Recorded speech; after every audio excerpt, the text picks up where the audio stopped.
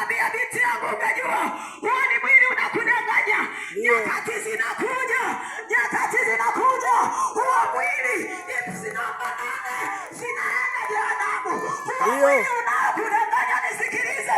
Naweza kuwa na wewe ulikuwa unausikiliza, lakini leo nikukufunulia mwili. Unaweza ukasema ni kweli, ni mimi au ni nani? Hayo ninayoyazungumza namba 8. Nisikilize. Ndio. Nisikilize. Wani mimi? Ni mwili. Ni mwili. Ananiambia dada, mimi siwezi kuokoka. Ndio. Nikamwambia hujajua kinachokuinda wewe.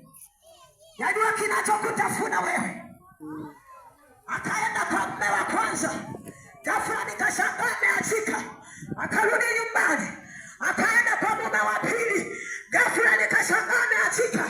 Amerudi nyumbani. Ikabidi nimuulize, rafiki yangu vipi?